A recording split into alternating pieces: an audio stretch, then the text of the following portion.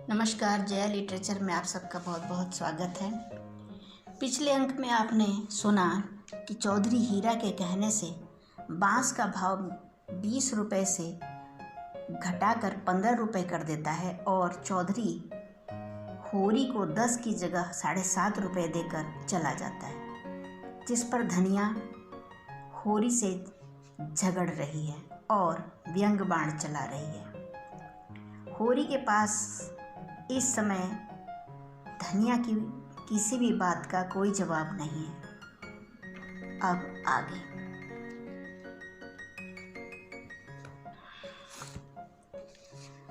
होरी आज धनिया से किसी तरह पेश नहीं पा सकता। उसकी अक्ल जैसे कुंद हो गई है। इन व्यंग्य बाणों को रोकने के लिए उसके पास कोई ढाल नहीं है। धीरे से कुदाल रख दी और गमछा लेकर नहाने चला गया। लौटा कोई आधा घंटे में, मगर गोबर अभी तक ना आया था। अकेले कैसे भोजन करे? लौंडा वहाँ जाकर सो रहा। भोला कि वह मदमाती छोकरी है ना जुनिया, उसके साथ हंसी दिलगी कर रहा होगा। कल भी तो उसके पीछे लगा हुआ था। नहीं गाय दी तो लौट क्यों नहीं आया? क्या वहाँ ढाई देगा? धनिया ने कहा। अब खड़े क्या हो, गोबर सांझ को आएगा। होरी ने और कुछ ना कहा। कहीं धनिया फिर न कुछ कह बैठे। भोजन करके नीम की छाह में लेट रहा। रूपा रोती हुई आई। नंगे बदन, एक लंगोटी लगाए, झबरे बाल इधर उधर बिखरे हुए, होरी की छाती पर लौट गई। उसकी बड़ी बहन सोना कहती है, गाय आएगी तो उसका गोबर मैं पाथूंगी। रूपा यह नहीं बर्दाश्त कर सकती। सोना ऐसी कहाँ की बड़ी रानी है कि सारा गोबर आप पाथ डाले। रूपा उससे किस बात में कम है? सोना रोटी पकाती है तो क्या रूपा बर्तन नहीं मांजती? सोना पानी लाती है तो क्या रूपा कुएं पर रस्सी लेकर नहीं जाती? सोना तो कलसा भरकर रेठलाती चली आती है, रस्सी समेटकर रूपा ही लाती है। गोबर दोनों साथ पाथती हैं। सोना खेत गोड़ने जाती है तो क्या रूपा बकरी चराने नहीं जाती? फिर सोना क्यों अकेली गोबर पाथेगी? यह अन्याय रूपा कैसे सहे? होरी ने उसके भोलेपन पर मुग्ध होकर कहा, नहीं, गाय का गोबर तू पाथना। सोना गाय के पास आए तो भगा देना। रूपा ने पिता के गले में हाथ डालकर कहा, दूध भी मैं ही दुहूंगी। हाँ हाँ, तू न दुहेगी तो और कौन दुहेगा? वह मेरी गाय होगी। हाँ, 16 आने तेरी। रूपा प्रसन्न होकर अपने विजय का शुभ समाचार पराजित सोना को सुनाने चली गई। गाय मेरी होगी, उसका दूध मैं दूंगी, उसका गोबर मैं पाथूंगी, तुझे कुछ न मिलेगा। सोना उम्र से किशोरी, देह के गठन में युवती और बुद्धि से बालिका थी। जैसे उसका यौवन उसे आगे खींचता था, बालपन पीछे। कुछ बातों में इतनी चतुर कि ग्रेजुएट युवतियों को पढ़ाए, कुछ बातों में इतनी अल्हड़ कि शिशुओं से भी पीछे। लंबा, रूखा किंतु प्रसन्न मुख, ठोड़ी नीचे को खींची हुई, आंखों में एक प्रकार की तृप्ति।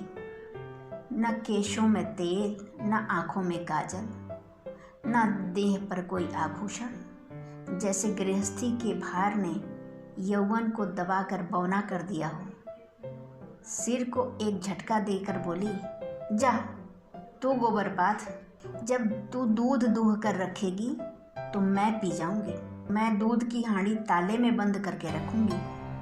मैं ताला तोड़कर दूध निकाल लाऊंगी। यह कहती हुई वह बाग की तरफ चल दी। आम गदरा गए थे। हवा के झोंकों से एकाध जमीन पर गिर पड़ते थे। लू के मारे चूच के पीले लेकिन बाल वृंद उन्हें टपके समझकर बाग को घेरे रहते थे। रूपा भी बहन के पीछे होली। जो काम सोना करे वह रूपा जरूर करेगी। सोना के विवाह की बातचीत हो रही थी। रूपा के विवाह की कोई चर्चा नहीं करता, इसलिए वह स्वयं अपने विवाह के लिए आग्रह करती है। उसका दूल्हा कैसा होगा, क्या क्या लाएगा, उसे कैसे रखेगा, उसे क्या खिलाएगा, क्या पहनाएगा, इसका वह बड़ा विशद वर्णन करती, जिसे सुनकर कदाचित कोई बालक उससे विवाह करने पर राजी न होता। सांझ हो रही थी। होरी ऐसा अलसाया कि ऊँख गोड़ने न जा सका। बैलों को नाद में लगाया, सानी खरीदी और एक चिलम भरकर पीने लगा। इस फसल में सब कुछ खलिहान में तौल देने के बाद भी कोई 300 कर्ज था, जिस पर कोई 100 रुपये सूद के बढ़ते जाते थे। मंगरू शाह ने आज 5 साल हुए बैल के लिए 60 रुपये लिए थे। उसमें 60 दे चुका था, पर वह 60 रुपये ज्यों के त्यों बने हुए थे। दाता दीन पंडित से 30 रुपये लेकर आलू बोए थे। आलू तो चोर खोद ले गए और उस 30 के इन 3 वर्षों में 100 हो गए थे। दुलारी विधवा सहुआइन थी, जो गांव में नून तेल तंबाकू की दुकान रखे हुए थी। बंटवारे के समय उससे 40 रुपये लेकर भाइयों को देना पड़ा था। उसके भी लगभग 100 रुपये हो गए थे, क्योंकि आने रुपये का ब्याज था। लगान के भी अभी 25 रुपये बाकी पड़े हुए थे, और दशहरे के दिन शगुन के रुपयों का भी तो प्रबंध करना था। बांसों के रुपए बड़े समय पर मिल गए। शगुन की समस्या तो हल हो जाएगी, लेकिन कौन जाने, यहाँ तो एक ढोला भी हाथ में आ जाए तो गांव में शोर मच जाता है और लेनदार चारों तरफ से नोचने लगते हैं। ये 5 रुपये तो वह शगुन में देगा, चाहे कुछ हो जाए। मगर अभी जिंदगी के 2 बड़े बड़े काम सिर पर सवार थे। गोबर और सोना का विवाह। बहुत हाथ बांधने पर भी 300 से कम खर्च न होंगे। ये 300 किसके घर से आएंगे?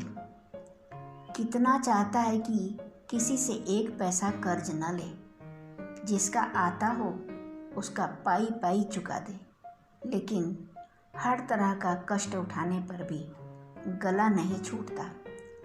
इसी तरह सूद बढ़ता जाएगा और एक दिन उसका घर द्वार सब नीलाम हो जाएगा। उसके बाल बच्चे निराश्रय होकर भीख मांगते फिरेंगे।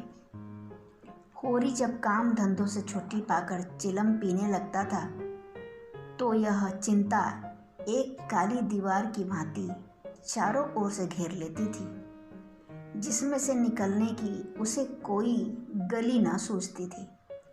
अगर संतोष था तो यही कि यह विपत्ति अकेले उसी के सिर पर न थी। प्रायः सभी किसानों का यही हाल था। अधिकांश की दशा तो इससे भी बदतर थी।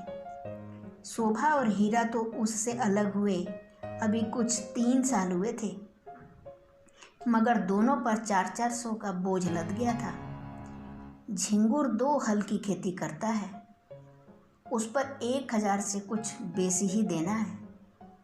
जियावन महतो के घर भिखारी भीख भी नहीं पाता, लेकिन कर्जे का कोई ठिकाना नहीं। यहाँ कौन बचा है? धन्यवाद।